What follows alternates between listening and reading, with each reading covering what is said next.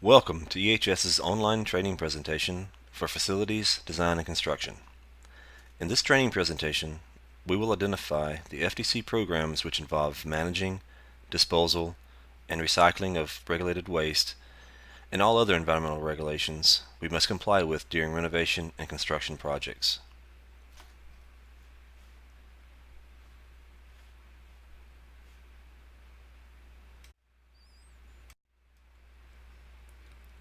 The two main programs we will cover, which involve both FDC and EHS, are regulated materials management during renovation and demolition projects and the university's SPCC program.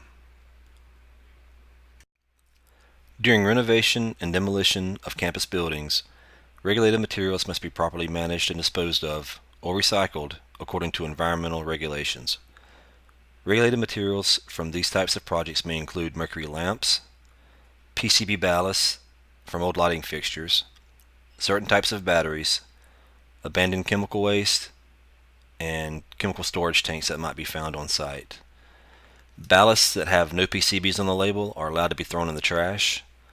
Ballasts which have missing or illegible labels must be assumed to be PCB containing and must be recycled.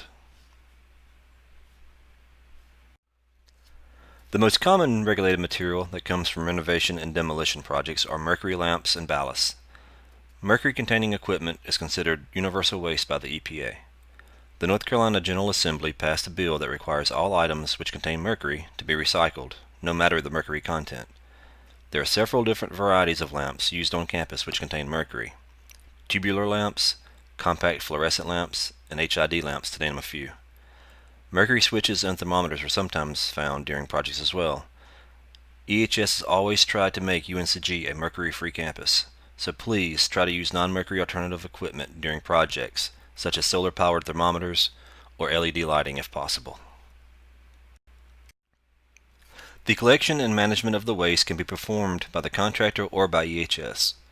If the contractor is managing the waste, please ensure that they use a certified and licensed recycler. EHS can also provide full service in recycling the waste. EHS can provide containers to collect the waste material in, perform the pickups, and properly recycle the material through our current recycling vendor. But for this collaboration to work smoothly, please involve EHS early on in the project.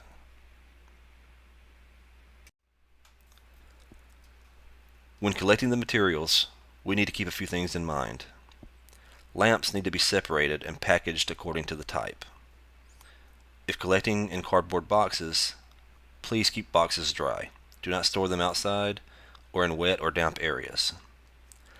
Label all containers according to their contents. Containers from EHS will be labeled prior to delivery to the site. If a contractor is used to provide all services, including recycling the material, please request a certificate of recycling and forward that certificate to HS for record-keeping requirements after the project is complete. If EHS is providing the recycling service, please ensure that the containers are easily accessible. Some drums will be extremely heavy when filled with these materials and can weigh well over 600 pounds. That makes them very difficult to move upstairs, so please have them on grade level and easily accessible.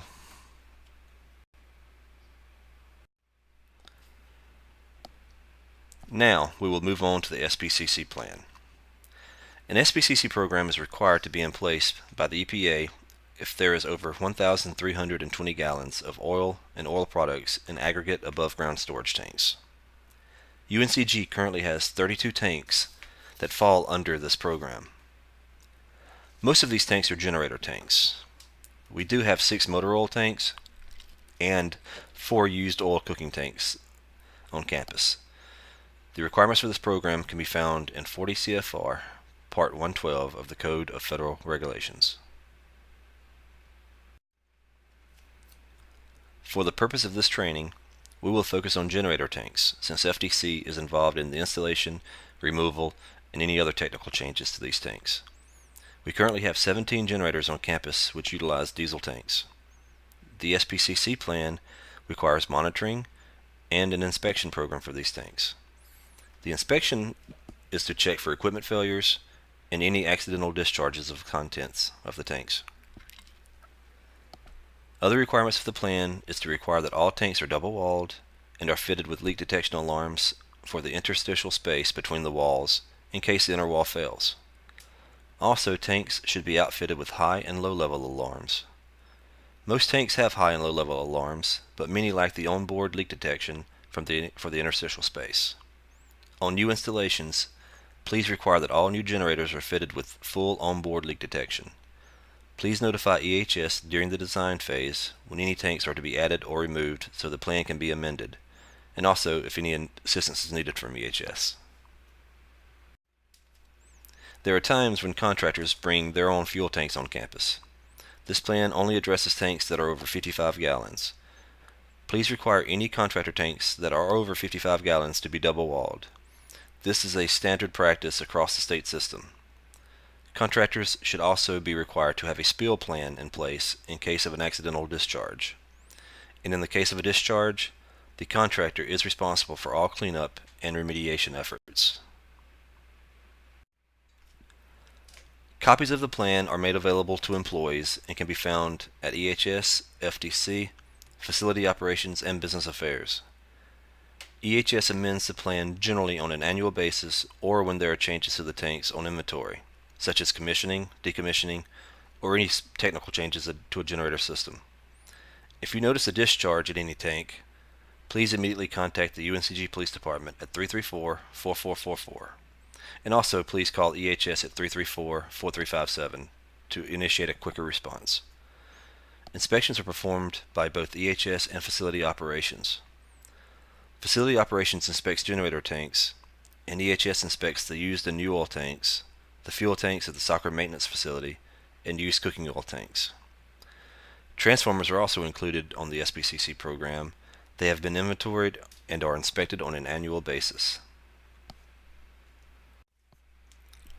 Thank you for participating in this training module. If you have any further questions or concerns, please contact Daniel Todd in Environmental Health and Safety. Thank you very much.